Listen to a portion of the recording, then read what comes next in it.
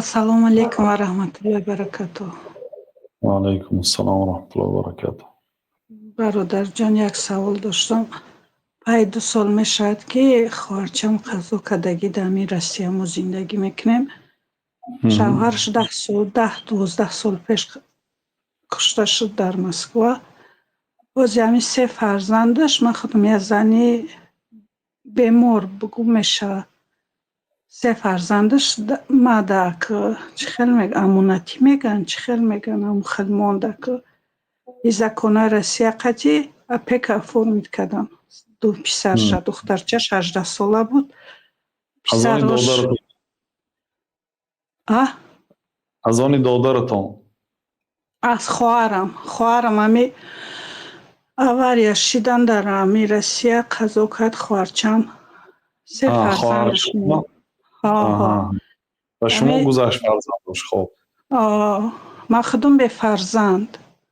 من وقتی که شوهرش قضا کرد در مسکو خواهی کشتنش تاکسی میزد 10-12 سال پیش من خواهرچم خودم تای پارکم اومدم من خودم خانه در نداشتم آوردیم در می روسیه کار که من خودم قریب 30 ساله در می روسیه زندگی میکنم خیلی در نصیبم نیست فرزند شوهرم جدا شدیم بعد همین کودکا را کسا کلان کردیم الحمدلله رای راست قطعی که با авария шидина хоҳарчамам рафт. Хеле як ғам ғуссаи хоҳарчам ягон чизда баробар намешавад. Дар ҳаққиш дуо кунед мусофирида.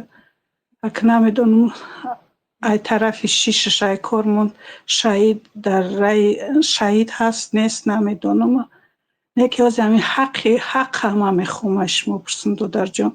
ҳаққи ман ба ҳамин кӯдако чия ё ҳаққи кӯдако ба ман чи? ҳамин ҳардуша опека оформид кардам ки дедом нагирад. мачитои ҳамин шаҳри мо ёрдам додан як хонамон гирифтан 50% суми хонара ҷамъ кардан додан 50% мо худмон хешта буро алҳамдулиллоҳ опека кам ки нагиранд дедом боз дар рай ростем алҳамдулиллоҳ. неки ҳақ ми ҳаргоҳе ки мо садақа мекунам ман метарсам ман сураи нисо мехонам беоби дида намехонамаш бисёр гапҳои барои ятимон навиштагиам метарсам ман худам дар ҳичи намехарам ман мисола ҳаққи кӯдаконам худам дар исроф намекунам. شما به نیکی خوردن حقش دارید. بالمعروف گفت کو الله تعالی در سوره نساء میگوید که یعنی آنهایی که حق یتیم را میخورند مگر آنهایی که به معروف میخورند به نیکی میخورند.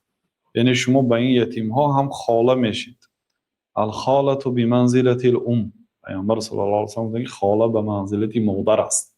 شما به منزلت مادر هستید. خاصتا مادر اینا گذشتگی است. البته تربیه اینها بر ذمه شما فرض است. شما باید به اینا تربیه نیک دهید. ولی اگر یگان کس زکات دهد صدقه دهد گیرید. اینچنین برای خودتون هم صرف کردن ممکنه چون شما هم به اینها نیکی میکنید هم به اینها طعام میپزید یعنی تربیه میدید.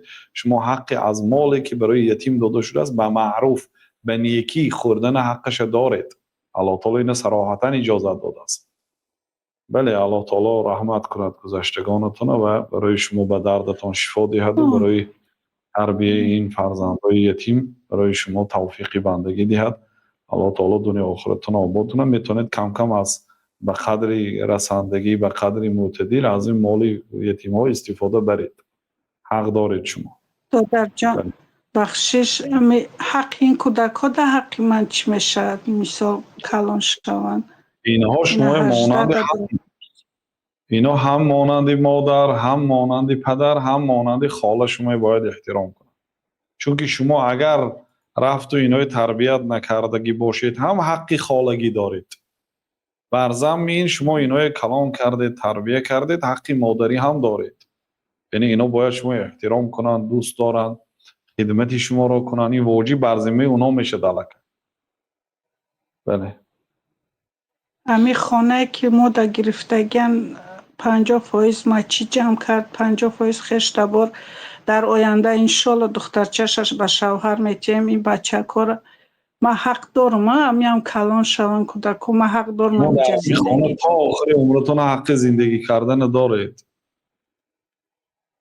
هیچ کس شما حق برآورده پیش کردن ندارد. اگر برآورده پیش کنن خودی مادر بیشتر خوبن الحمدلله